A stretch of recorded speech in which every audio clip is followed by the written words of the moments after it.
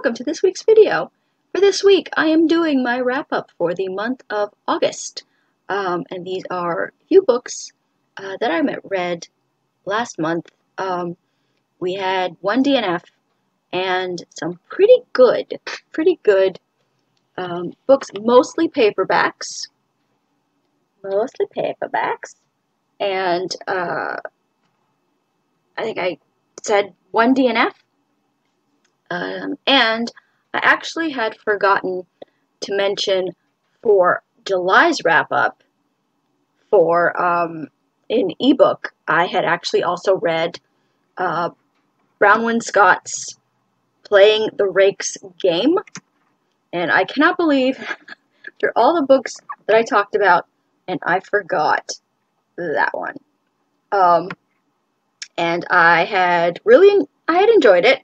It was historical, clearly, and it was Emma and Wren, and they were co-owners in this, I think it was a sugarcane plantation, and there was this guy, Gridley, who was sort of the antagonist of the piece, and he wanted to sort of like sabotage everything sort of going on with like the plantation, so that Emma would marry him and he could sort of own her and the plantation. But so he could like be like her savior, because the plantation ain't making no money.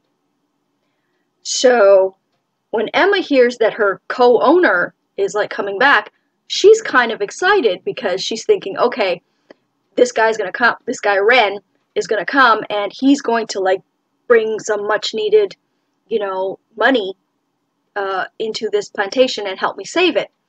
Meanwhile, Wren is hella broke and wants to use the plantation. I'm not sure if he wants to sell it or if he just wants to use the prosperity that he thinks and success and financial success of the plantation to, I think, help help his family, and I think his sisters like come out into society or something like that. Either way, they're both coming at this from like two so he's hella broke, so he's not gonna tell Emma that he actually wants. He's thinking that she's going to save his financial situation, and she's thinking that he's going to save her financial situation. Both of them are wrong, because both of them are lying to each other. And it was really, really good. I liked it very, very much. But for this month, let's start with the DNF first. And it was Thy Brother's Wife by Andrew M. Greeley. Now, he's the author of this other book called Cardinal Sins. And I'm thinking that it might have been Cardinal Sins and not Thy Brother's Wife that I read. I need to find Cardinal Sins and read that and see if it refreshes my memory. Because this book, and I also started annotating it, but I didn't finish because I didn't finish it for reasons we'll get to. Because I've seen like other people do it, and I thought it would be fun to sort of do that myself. And it is fun. I like annotating books, so I started doing that for a few books. Others, I think like fun sort of like romance, I don't think necessarily that I'll be annotating those necessarily. I might if like I find that I'm inspired to do so. But Thy Brother's Wife. Okay, so we have Father Sean and his brother. What was his brother's name? I don't remember what his brother... Paul. Yeah, his brother Paul. And his father, Mike, is like pretty much this tyrant who his wife had... She'd gotten sick or something, she by the time the book starts, she's gone. She is deceased. But when she, I think, was getting sick, she was being visited by this priest. And apparently something happened with this priest, because we learn that one of her sons might be this priest's son.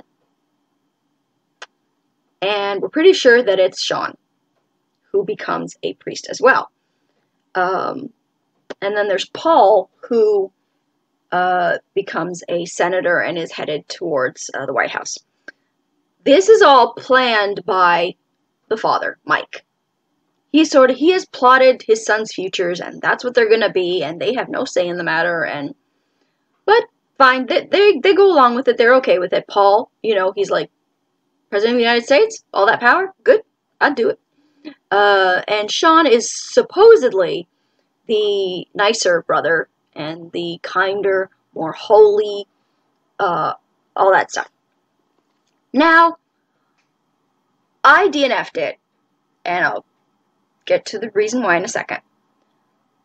I could make my peace. I'm all for, like, priest romances. Thornbirds all the way, Thornbirds forever. But the way that this went with Father Sean, he was, started off as like this good guy. I didn't agree with like a lot of sort of like certain points of like the way that he was. Like, he was very sort of Vatican I. Very sort of like the old way is the best way, and the doctrine of the church should be taken literally. That means like the masses should be conducted in Latin, and birth control should not be a thing. So fine. I was like, okay, I don't agree with him, but so far he's shown me to be like that he's like a good man and all this. Oh, and there's this girl that Mike adopts, but I don't remember how she comes to be in their family, but she comes to be in their family. I think her name is Nora. And Nora. And she is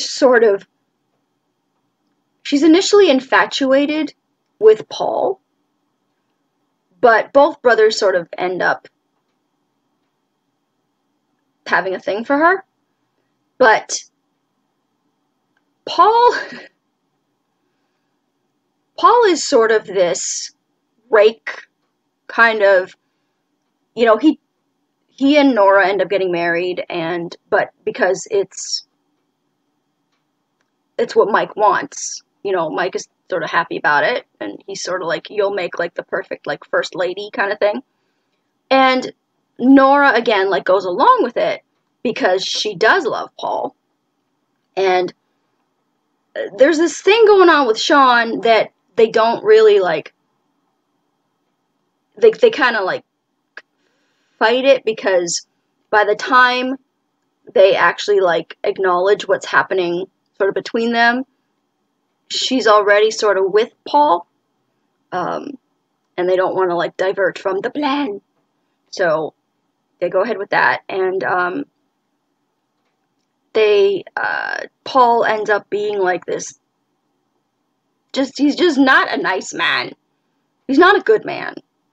He like cheats on his wife, but it's funny because he does all this, and yet, he doesn't want to leave his wife because of like, the plan, but also he doesn't want to leave her because in his mind, he genuinely like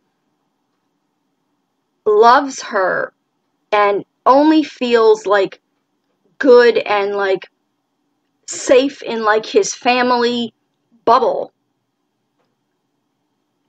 when he's with her. There's a point where I think when they're still engaged, that Paul goes off to war and it looks like he dies in the war, but he doesn't. I think he was just captured or something, or he was wounded, but there was no word for like a long time, so her and Sean actually grow closer. But then it's shown that like Paul is actually alive and he's coming home, and then they get married and like that whole thing. So then like Nora and Sean sort of like forget kind of like what they were feeling for each other, or try to forget. So fine. Then Sean is like in the priesthood, and he's, you know, like he's happy. He's happy in the priesthood, that he believes that this is what he is meant to do, and not just because his father wants it for him, but because he wants it for himself. Fine. Then this guy, this fellow priest, asks Sean, kind of like, I think he asks him for advice, or he asks him for, like, I think he's talking to him about the fact that he's thinking of leaving the priesthood, this other priest, because he's fallen in love with a woman and he wants to marry her and have a family with her. And Sean goes off. Sean goes off on this priest and is so angry at him and so mean to him about him betraying his vows, and just the anger. And I sort of like, okay, he's sort of like internalizing what he's projecting, is what he's doing. He's projecting what he feels for Nora and how he thinks of that as a betrayal, like, for himself. And he's projecting that onto this priest and just treating this priest like shit for thoughts and feelings that he is having himself. The only difference is this priest has the balls to go after what he wants and not want to live a lie. And Sean doesn't like that, because he wants to stay living the lie, because he likes living the lie.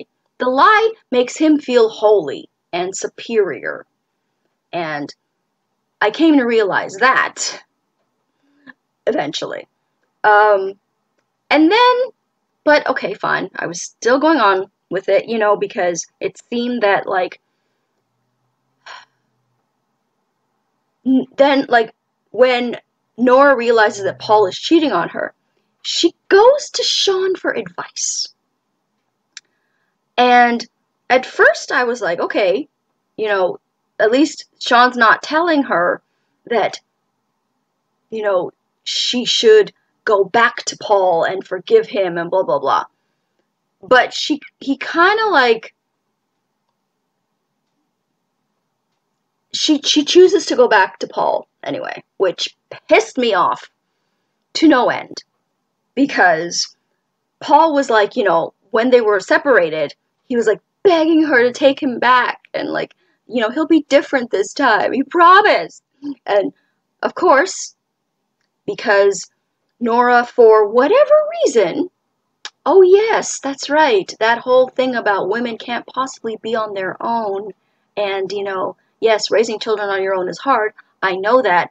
Not that I've raised children, but I've been raised by a single mother. Yes, I see how hard that is. But women are told that they are nothing if they're not with a man. So, of course, she takes him back. And does he cheat again?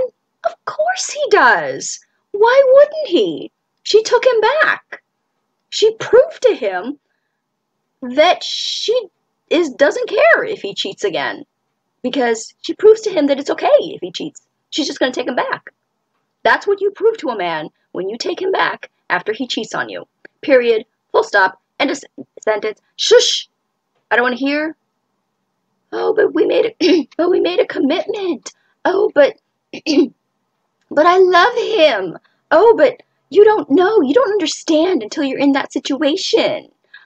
I understand that if you take back a man who cheats on you, you're telling him that it's okay that he cheated on you. That's what I understand. Shush.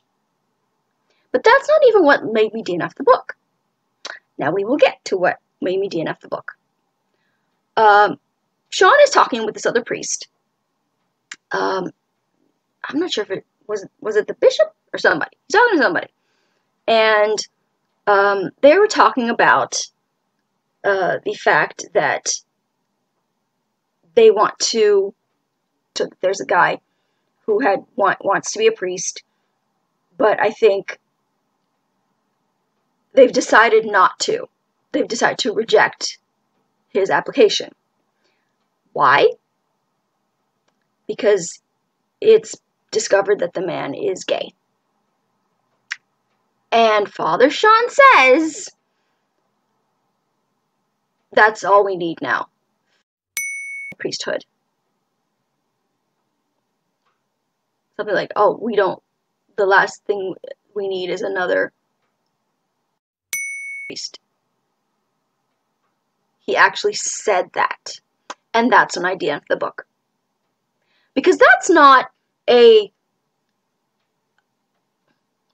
church thing. That's a man thing. That is who you are, sort of, as a man. That's not I'm not, the church says that homosexuality is wrong, so I'm not sure if we should let this guy in or whatever. No, it was the dismissive way he threw that slur out that made me DNF the book. This is not a good man. The fact that he would use that slur as thank God we're not letting them in. So, nope, DNF'd it. Goodbye. You can go and burn in hell. Burn in mother-ing hell, Father Sean. So, that was that one. And then I read... Again, like I said, I'm trying to, branch out and read, more classical literature and, literary fiction and that kind of stuff. Because I'm following, a lot of YouTubers now who, talk about these kind of books, and they make them sound so interesting that it makes me want to give them another shot. So I had originally DNF'd Sula by Toni Morrison. And now let me explain. I DNF'd it because the first, it took forever to get the story started. The first, again, this is a short book, and again, I annotated it because that was fun. I liked doing that. Because the first 20 pages of this book is this dude, Shadrach.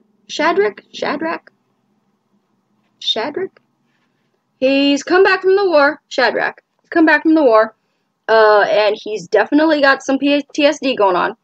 And he is the founder of this town, I believe.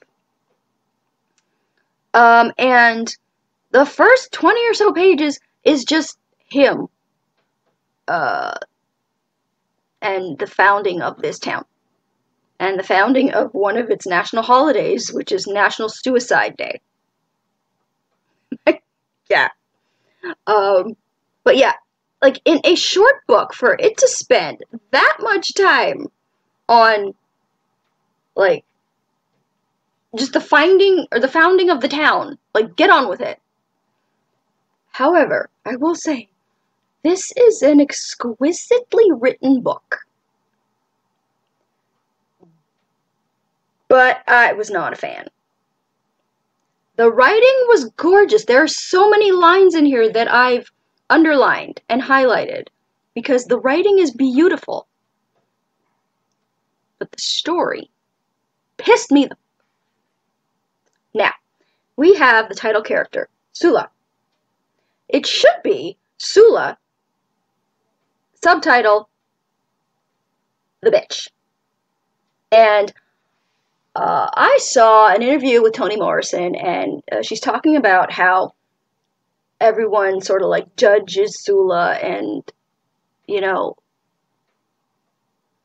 puts her in this dark sort of that they don't like her for reasons, and she sort of made it sound like people shouldn't shouldn't feel that way about her. And I completely disagree.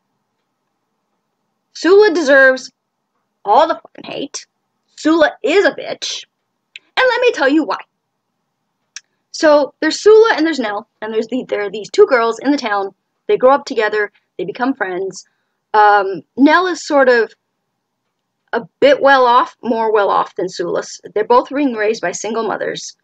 And Sula is, I believe, being raised by her mother who sort of is not really like the best mother, granted. She, sleeps around a lot. I'm not sure if she's actually a prostitute. She brings a lot of men to the house. I don't know if they pay her or she just likes to have a good time. But Sula's more essentially being raised by her grandmother. Who, there's a whole, sad subplot with the grandmother who, has one of her a son that she has, Plum? Is his name Plum? I think his name is Plum. But, he, becomes, a heroin addict. So, there's a really, powerful moment where the mother, Sula's grandmother, actually, kills the son and, burns the house down with him in it. And I understood that. I understood that more than what happens with Sula. Because this is a poor family. This man is addicted to, I think, heroin. They have no resources. This man is going to ruin their lives. There is no help for this man. And the grandmother, she doesn't have, she cannot deal with this drug addict. So she sets the house on fire and kills the son. Her son. I understood that. It was horrible and horrific. And I'm not condoning it. I'm not saying it, I'm not justifying it. But I understood her making that choice. But, okay. So, Sula and Nell grow up. Kind of different home lives. And Sula just eventually goes off to college. And leaves the town for, I think 10 years. That's important. That's important. Because then, so, Nell grows up, she gets married, she has 2 kids. She gets married? What's her husband's name? I don't remember what her husband's name is. Jude. I think? Yeah, Jude. Her husband's name is Jude. We'll call him the cheating motherfucker. Because Sula comes back and is all she's gone to college and she's supposedly the whole worldly now. And sorry, I don't know what is in my throat. And yeah, so she comes back and, Nell is I'm, so glad you're back and blah, blah, blah. And come and spend time at my house and, meet my family and all this stuff. And at first, Jude is my wife's friend, blah, blah, blah. But then, for some reason, I don't remember why, but for some reason, as Jude, gets to know Sula for all of 5 minutes, he feels a disturbance in the Force. And I'm seeing where this is going, and I'm okay. Are these two gonna be start falling in love and, like, you know, kind of like fighting their feelings, and Sula doesn't want to hurt Nell, and blah, blah. No. No. That is not what happens. Literally, in, like, I think the next day even, or maybe even that after frickin' noon, Sula comes home, or excuse me, Nell comes home one day, and sees Sula and her hubby Jude having sex. Just random. Just no, like,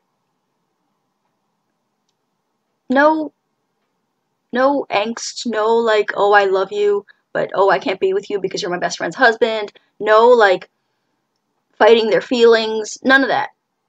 Just one afternoon, they're having sex. And Jude takes his dick out, pulls up his pants, and says something to Nell like, oh, you knew that I was leaving, that I wanted to leave anyway. Which is a surprise to her, because no, she didn't. He made no sign of that. And Sula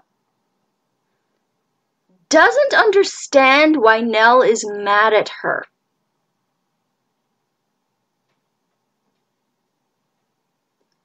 Bitch, you just slept with my husband.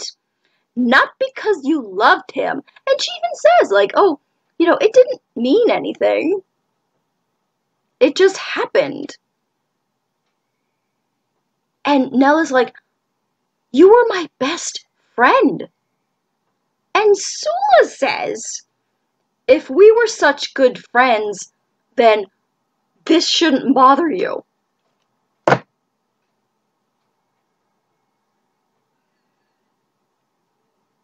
Oh, I hated this bitch so much. Oh my god. I was Team Nell the whole frickin' time.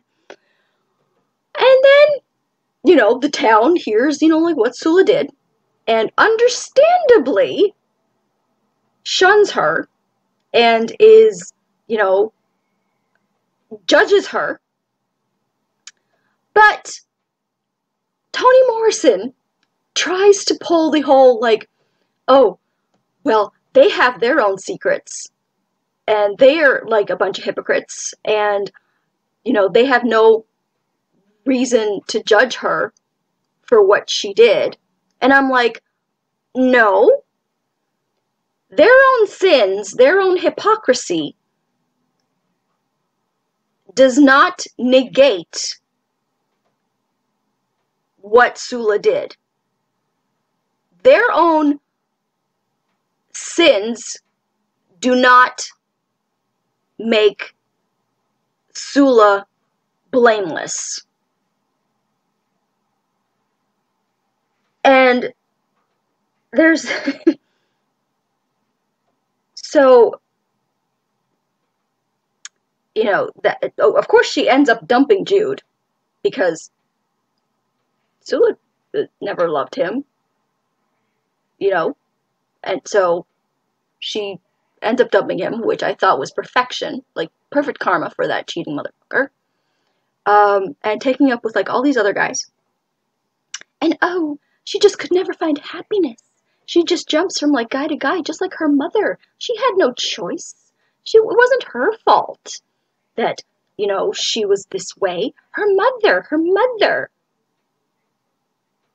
That would work if she'd stayed in the town and been raised and, like, you know, discovered, like, you know, like, had, like, relationships and, like, didn't, like, learn how to, like, have, like, healthy relationships or anything like that. But no, I'm sorry. This bitch went to college for, like, and then, like, left that town for, like, 10 years. She left. She became educated. She learned more of the world. Don't tell me that she was the way she was because of her mother. I'd buy that if she'd stayed in the town.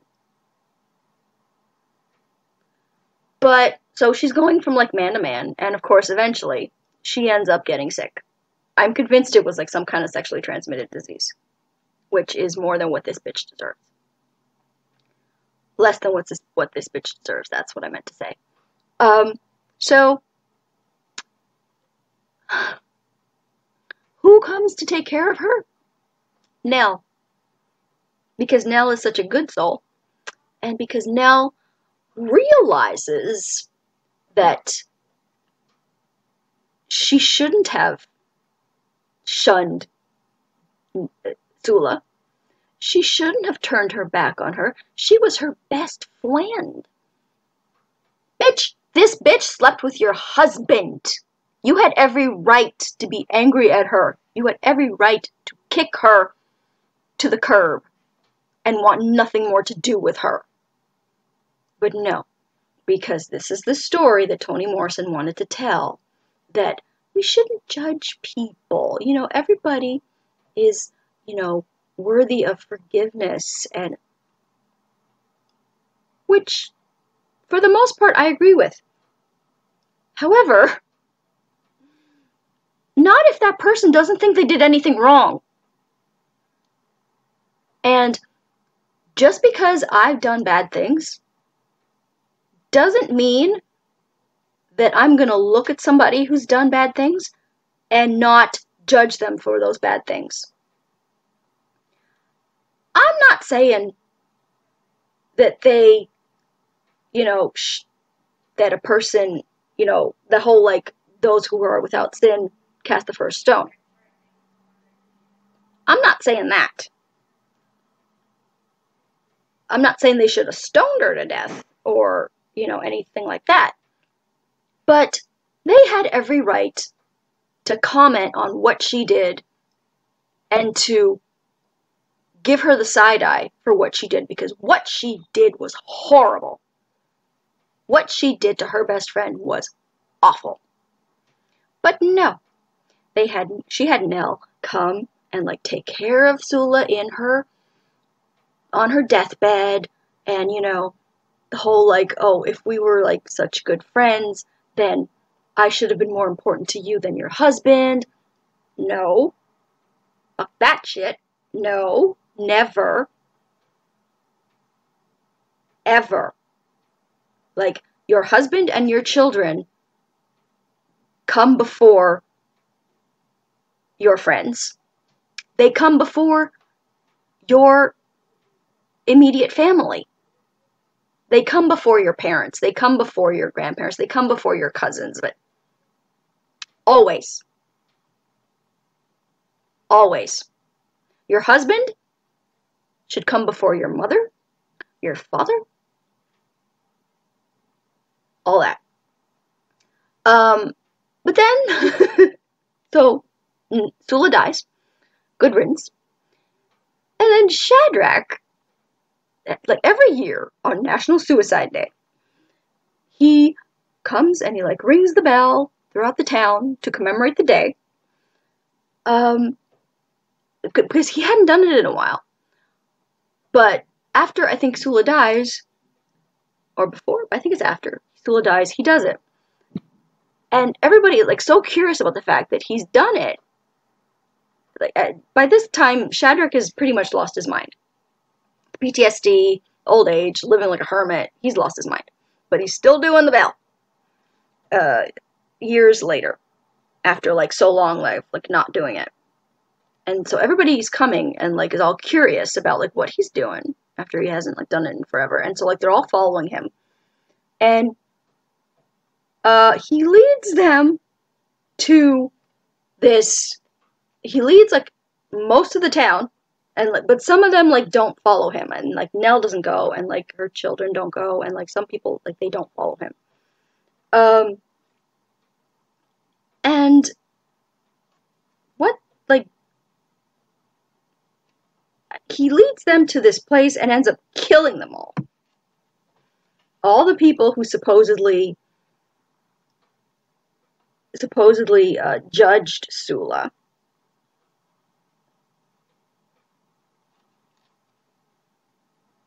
To this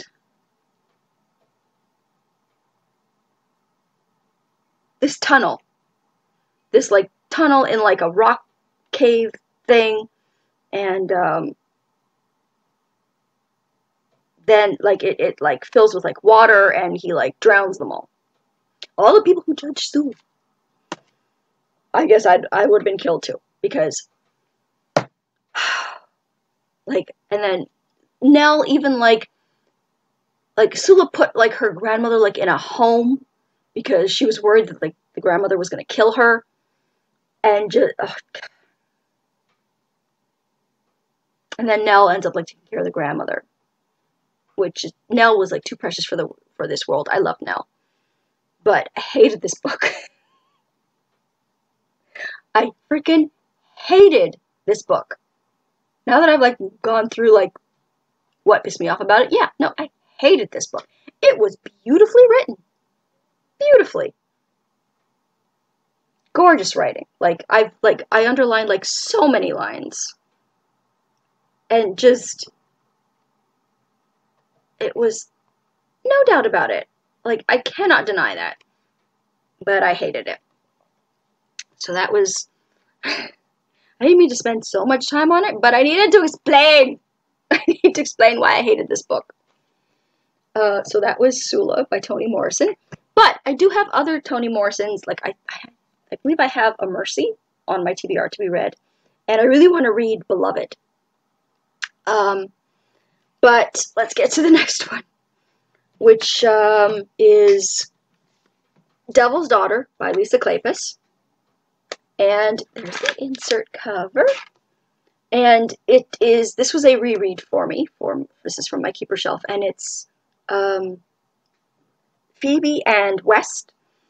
And it's a reread for reasons that I will eventually explain. Not in this video, but you'll see why. And it's Phoebe and West, and I love this book. This is my equivalent of Julia Quinn's When He Was Wicked. They're on, like, the same level for me. I love this book. This is my When He Was Wicked level book from Lisa Kleypas. Phoebe and West. Phoebe is a widow with 2 sons, and West was the childhood bully of her deceased husband. And it is a beautiful book, and it's all about how West, you know, wanted to sort of, like, be worthy enough for Phoebe. And how you really get, they have, like, the conversation about, like, how he treated her first husband. And there's the explanation of he actually, like, he wanted to apologize to Harry. And the important part of it for me was it's not something that, like, he realizes, like, when he's older that, oh, like, he shouldn't have been that way, and but now it's too late because Harry's dead, and blah, blah, blah. No, he realized it when he was, like, a child. And that was the important part for me.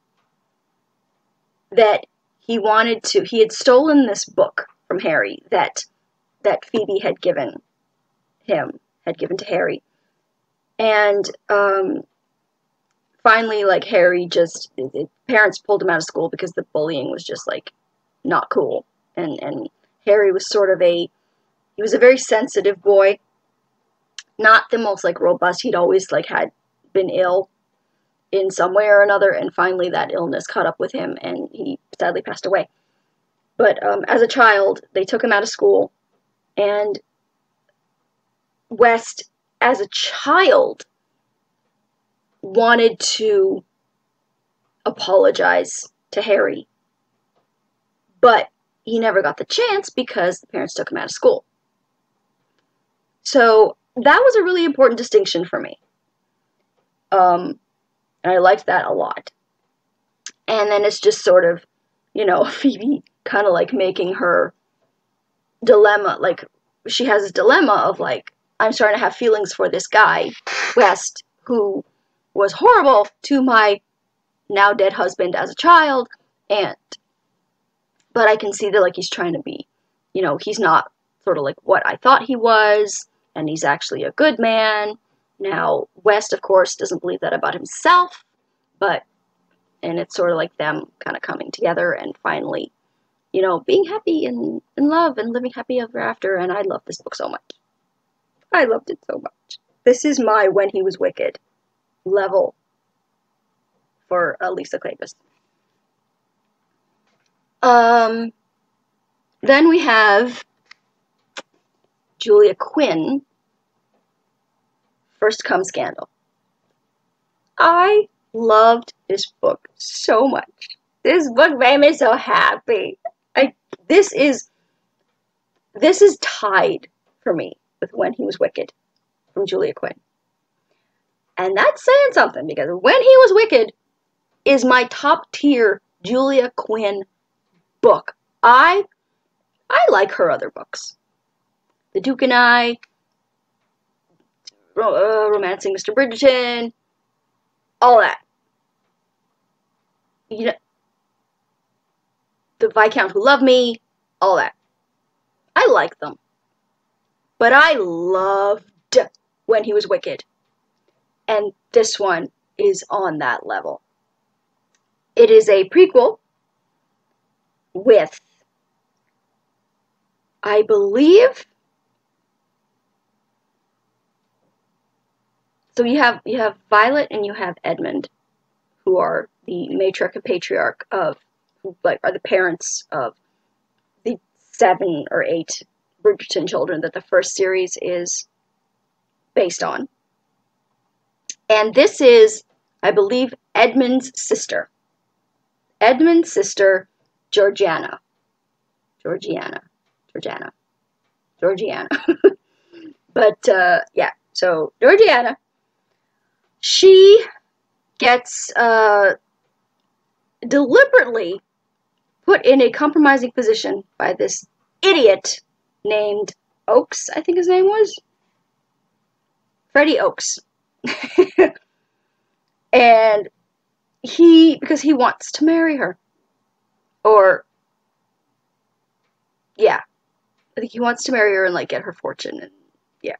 But she's all like, no, I don't, you know.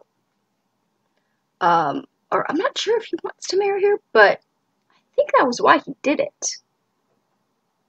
Yeah, I think that was why he did it. But either way, her reputation is ruined. She needs to get married. But she doesn't want to marry him. So, I think Edmund's, I can't remember who Nicholas's parents are to the Bridgertons. But yeah. So the parents, I think they're friends or something at least. But the parents bring Nicholas back, who he's like wants to go off and like be a doctor. And yeah, he like wants to go off and be a doctor. But they bring him back because they're like, we need you to do us a favor and marry this girl. And he's like, hey, why for? Why wanting marry this girl? I don't want to marry this girl. I want to doctor. I was off in Edinburgh learning doctory things, and I want to go back. And the parents are like, well, we can't force you to, but you really have to. So it's sort of a marriage of convenience kind of thing, and yeah. So they, you know, they meet, and at first she says no, but gradually, like, they start to, like, get to know each other, and they realize, like, oh, like, I actually like you, and, you know, like, you're kind of cool, too, and, like, this wouldn't be the worst thing ever, and, like, I do need to get married, and why not you? And he's like, you're kind of hot, and I'm getting like happy pants for you. Why not you? And so they like gradually, you know, realize, oh, maybe we could actually do this. So it's they end up like getting married, and it's just there's humor. Like Julia Quinn does humor very, very well, and there's this like sort of like developing friendship between like the two of them, and it's not like they start off like from a really like good, you know, place, and just it's just wonderful. It's like there wasn't a lot of like there was no, thank God, like third act conflict or anything like that. It was just them, you know, realizing that they could, that maybe it wouldn't be such a horrible thing if they were forced to get married, and then getting married, and then their feelings for each other just sort of like grew and grew and grew, and it was just like beautiful to see. And I just, I just love this book. I love this book. It was just so nice and sweet and just a warm, floofy, like all the good book noises. This was just a warm hug of a book. Loved it. Absolutely loved it. This is like, it was When He Was Wicked level, but the exact opposite of When He Was Wicked. Because When He Was Wicked was all kinds of hella angst. There was no angst here. There was no angst. It was the exact opposite. It was fluffy, poofy rainbows and kittens and just perfection. Loved it. Then we have Anne Barton's Scandalous Summer Nights, which I loved as well. We have Olivia, who is in love with James, who is her brother's best friend. And James is going off to Egypt because he wants to be an archaeologist, something like that. He wants to explore. And so they're at a ball, and Olivia realizes this might be like her last shot. You know, shoot your shot and all that. So she does, and she kisses him. And he's all like, what the hell? You're my best friend's little sister. I should not be kissing you, but oh, that was kind of nice. Can we do it again? Kind of thing. Like, he thinks that, but he's like, no, no, no, no, no, no. And so he kind of like pushes her away. Is a bit dicky to her, but not too dicky. Because they, you know, he's like, watch her grow up, and they're actually like friends, but he's like, no, this can't happen. But it has happened because it's awoken the beast, and he liked it, and he's now seeing her in like a new way. He goes to like leave town, but of course she follows him. Of course she does, because she feels like he definitely, you know, like I think they had like, he tried to fight it, but then I think like they kissed again. And so like she realizes that he does have feelings for her and that he is fighting them. So when he leaves to like put as much distance between them as possible, she of course follows him, and he's like, what the hell are you doing here? I'm going to take you to your aunt's, and we are not doing this. And, you know, the bad Olivia. And so he's going to take her to her aunt's, and there's a mishap with the carriage, and so now they're stuck, of course, and there's, they have to, like, stay at an inn, but there's only one bed, of course. And they end up, like, while they're there waiting for, like, stuff to get ready again so they can leave, they end up like growing closer, and stuff starts happening, and they get a little like frisky, and her brother accidentally finds them in a compromising position. So he's like, "You have to marry my sister, you cad, you ruined her," and blah blah blah. And then Olivia's like, "He actually didn't. We didn't actually do it. We did stuff, but we didn't do that." um, but and she's kind of, because she doesn't want, of course, him to be forced to marry her. She wants him to want to marry her. So she's very sort of heartbroken that it's come to this, and because this is not the way that she wanted things to go. And now, like, she realizes that, like, if, he's forced to marry her, then he's gonna have to, like, give up his dream of, like, going off and being, like, an explorer and going to, like, Egypt. But sort of, like, by this time, James has sort of figured that, maybe being married to her would not be the worst thing, because he's, essentially, like, given in to his feelings for her at this point.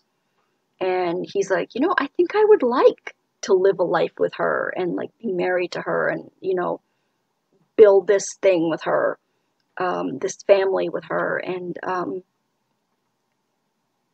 maybe someday I'll get to Egypt and do, that, but if I don't, it's okay. It's okay, because I'm really starting to fall in love with her, and I'm really, like, he gets to the point where he makes the choice, that, no, I love her more than I want to go do this. And, of course, Olivia, is like, no, I can't let him, give up his dream because he's forced to marry me, and, because, of course, James doesn't tell her this, that he's decided that he wants to, stay and, like, be married to her, and that he loves her more than he wants to go and do the exploring. Of course, he doesn't tell her this, because why would he? So she concocts this plan with this new sister that she's discovered, #series bait, that, because there was this letter that, she got mad at James for hiding, but James never wanted to hide it. It was Owen that made him hide it, and, because Owen was like, just keep it with you until I figure out what to do with it, because if it's with me, then, like, Olivia might find it, and blah blah. So she's a little mad at him for that, but not for long. And so she concocts this. It turns out that her father had an illegitimate daughter, and so she goes to the daughter, and she meets the daughter, Sophia. I think her name was Sophie. Sophia. And she and Olivia concoct this plan that Olivia's going to leave him at the altar. She's not going to show up. And so that way, he won't have to marry her, and he can go off to Egypt and do his exploring. But, not knowing that James had already decided that he wanted to stay with her. Not because he had to, but because he wanted to. He made the choice that he loved her more. So Olivia goes off, and she's gonna, like, hang out somewhere. She's gonna go hang out somewhere for, like, a couple of weeks or whatever, until James realizes that he doesn't, he might as well go off and, like, do his exploring, since she's left him at the altar. But that's not what happened. James, of course, goes after her and tries to find her. And he, thankfully, because of this mugger who tries to mug Sophia, and James and I'm glad that it was sort of, Olivia manages to get away from the mugger, like, herself. And it's not like James comes upon her and, like, saves her from the mugger. Because there's this point where James tells her something along the lines of, like, you can't come to Egypt with me because, you know, like, you're a woman, and, like, you know, you can't, like, be, like, on your own. Like, what if, like, something, like, happens to you? Like, you would, you know, you can't do that. You can't, like, just go off on your own while I'm off doing, like, this exploring stuff and all this stuff. So, thankfully, it wasn't a case of James being proven right, that, like, oh, you can't go off on your own, blah, blah, blah. But, you know, because, like, I didn't like that they put, like, that Anne Barton had her, like, go and, like, actually, like, end up in danger because she went off on her own, kind of like proving James right. But then, like, Anne Barton, like, fixed it by having her save herself. So that was great. And then, so, James is, like, looking for her, finds the mugger, basically threatens the mugger to, explain, or, like, tell him, like, where Olivia is, and he finds Olivia, and, you know, tells her that, like, you know, why did you leave me, and all this stuff, and she tells him, like, I wanted you to go off and, like, do your exploring, and, like, fulfill your dream, and all this stuff, and he's like, you're my dream, and, like, it was all, like, lovely and beautiful. And there's also, like, this little bit that I really, really liked, where they're sort of, like, before, when they were, like, sort of, like, just friends, and I think it was, like, that sort of that made, like, James kind of realize that, like, this is, like, the woman for him kind of thing. And it's, like, there's this, like, little subplot with, they have this conversation about their siblings, and, Olivia has a sister named Rose, who, was having, like, had a bit of a hard time. I think it was when their mother died. Something happened in the family, and it really hit Rose hard, and, either her mother died, or her fiance died, or something like that. There was a tragedy that happened, and Rose took it really, really hard, and, it took her a while to sort of come out of it. And it like, really shook her, and for a while she wasn't sort of, like, mentally right. And so society was, like, really mean to her, and, like, cruel to her, and judgmental, and just, like, shunned her. And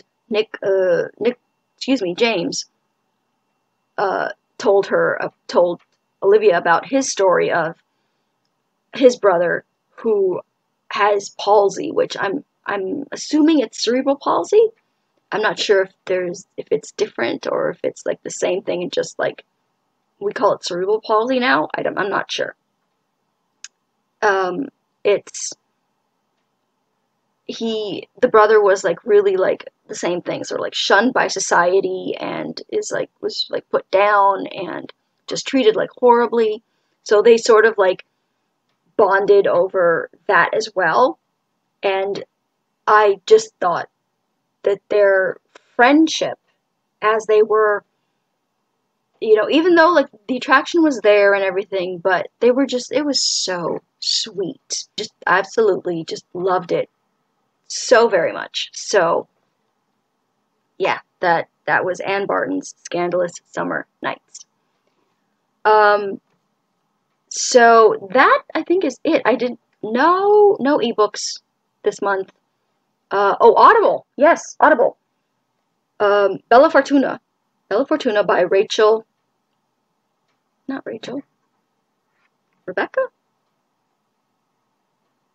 By Rosanna Chiofalo? So I tried another Rosanna Chiofalo after Carissima did not work for me. And I think go into one of her books knowing that whatever the blurb says the book is about will not happen until like the last third of the book. But now I DNF'd Carissima because it took forever to get to the point of the book. It took forever to get to the synopsis of the book. Bella Fortuna worked a little bit more for me because of the sort of family story and the sort of slice of life little bit coming of age story. So we have Valentina, and she has a crush on this boy Michael, and it's sort of like, you know, she's raised in New York by this like Italian family, and like, you know, that part was like really, I enjoyed that very much. And she becomes friends with this girl named Tracy, who is like the worst friend ever, and yeah, just not like. And then Michael eventually does, like, Tracy even like goes so far as like to makes out and like kisses Michael, knowing full well that Valentina had a crush on him. So that was like the first kind of like betrayal, because, and then she like comes after and is like, oh, I'm so sorry, like I didn't know that like you liked him or whatever, or I didn't know that like, which is complete bullshit, because when Valentina comes upon them and Tracy is kissing him, Tracy looks right at her and has this like smug smile on her face. So Tracy knew exactly what she was doing. So there's this whole like up and down relationship between like Tracy and Valentina, and eventually Michael does, and Michael is just like the best man. I loved Michael, even though he's going to do something that I'm supposed to hate him for, but I really didn't. So Michael is sort of like, he sticks up for Valentina all the time. He's there for her. He's there for her when Tracy, her supposed friend, gets these girls to beat the crap out of Valentina while her father is dying in the house from cancer. So this Tracy, who's supposedly Valentina's best friend, has Valentina beaten up while Valentina's father is dying from cancer. And that, I think, was the final straw for Valentina. And, like, the father dies, and she wants nothing to do with Tracy. And Michael is there for her when the father dies and takes care of her. And he's just pretty much there for her the whole time. And then he goes off to college, and for some reason, communication between them sort of like breaks down. Like, they haven't become a couple yet, but they would like email back and forth, and like they're really good friends. And even though like Valentina's like has a crush on him and all that, but Michael is like keeps her sort of like in the friend zone. But for some reason, communication like drops off. Then like he comes back, and he doesn't really like explain why the communication sort of like dropped off, but they, you know, grow closer, and he proposes, and Valentina accepts because of course like she's in love with him. But as the wedding date grows closer, she feels Michael becoming distant. And eventually, he breaks off the engagement. Now, I understand her being hurt, but I don't understand her being angry.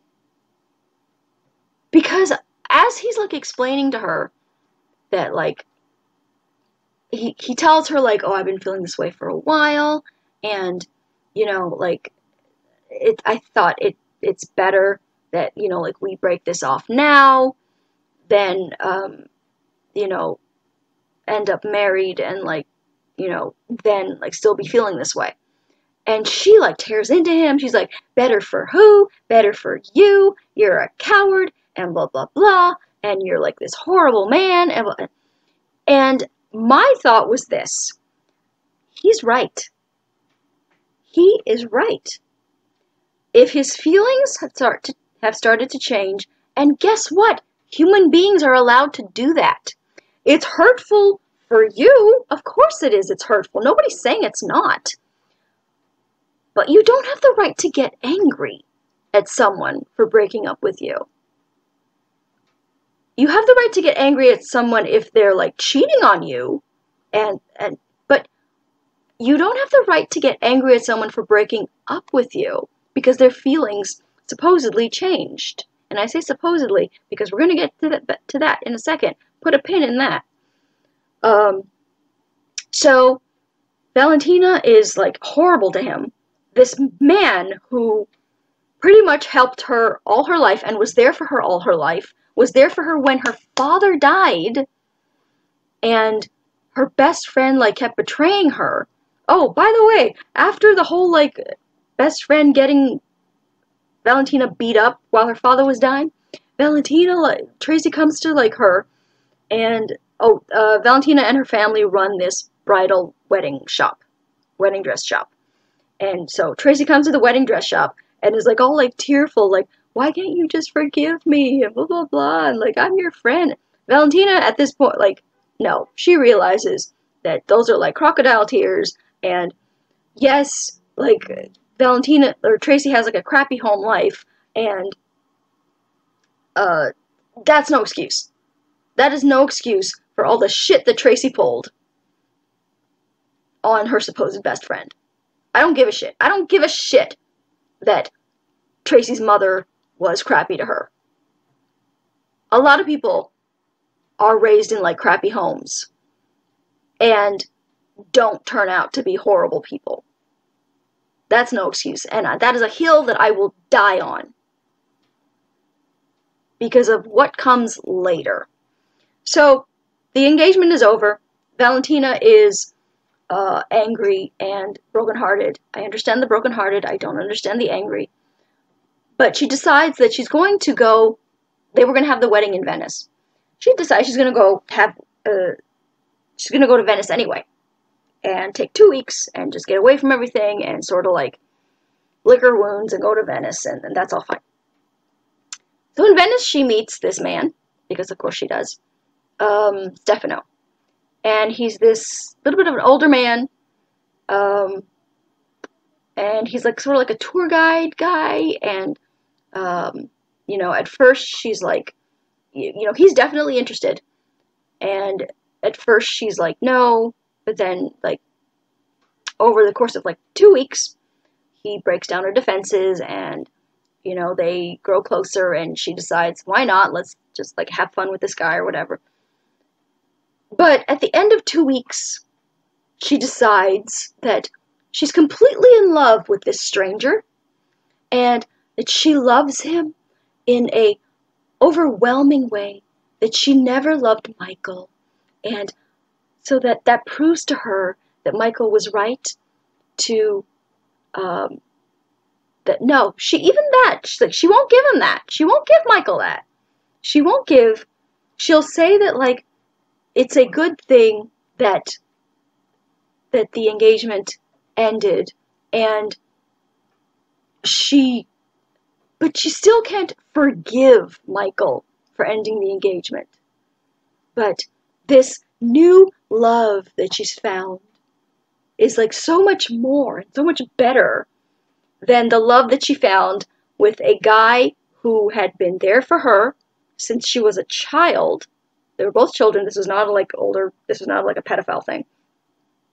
They were, like, roughly the same age, maybe, like, a little older, because he went off to college and she was still in, I think, high school.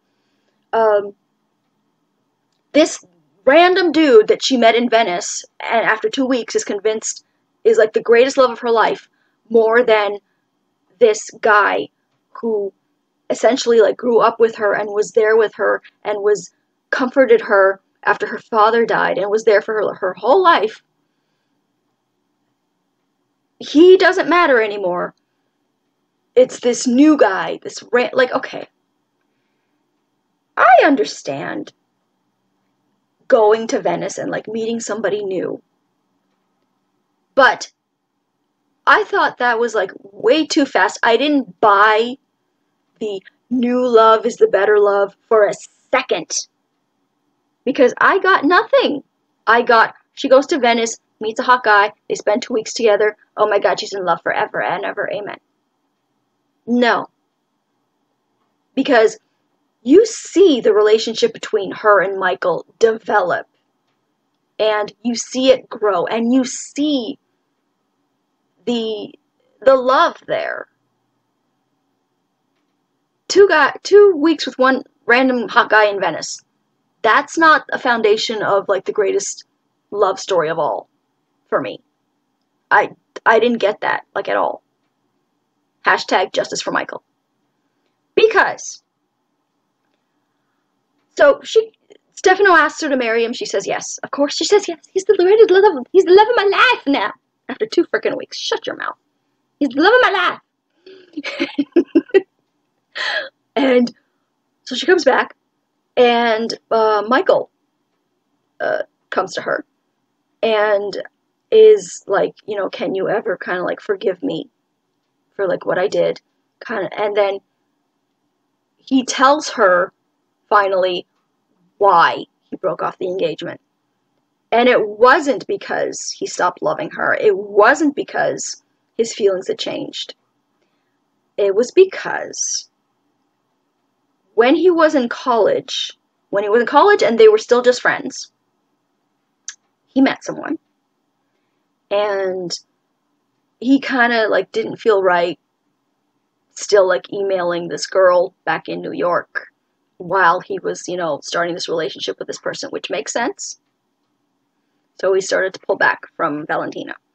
And then, so some time passes, you know, like years pass, and while he and Valentina are engaged, he hears from that woman again. And that woman tells him that she had actually become pregnant and had a child, and like didn't tell him like all these years for reasons. And Michael didn't think that Valentina would accept the fact that he had a child with another woman. So that's why, like, it was like sort of like the stress of that, of dealing with the fact that he was a father now, and that he didn't know how to tell Valentina. So that's why he like started pulling away from Valentina. And that's why he eventually ended things with her. And Valentina was like, you're an idiot, because you should have trusted me with that, to which I'm not sure why he should have trusted her based on her later behavior. But for argument's sake, you should have trusted me. I would have been okay with the fact that you had a child with another woman, you know, when we were not together. You shouldn't have broken things off the way you did. But it's okay, because I found the love of my life now. I found my Stefano, and he's the love of my life. And you're too late. And we're going to be married, and I'm going to be happy. Freaking idiot. Freaking idiot. And of course, Stefano comes, or no, like they go off, she goes back to Venice, and her Stefano, who she loves so much after 2 weeks. And, you know, poor Michael, you know, he's like, you know, now that you know the truth, do you think we can have like another chance? And she's like, no, you're too late. I found the love of my life. I found my Stefano. After 2 weeks, he's the love of my life. I was just, girl, bye. Because, okay, I'm sorry, I didn't buy it. I didn't buy this overwhelming love that she found with this man in Venice. You know, like, no. I didn't buy it.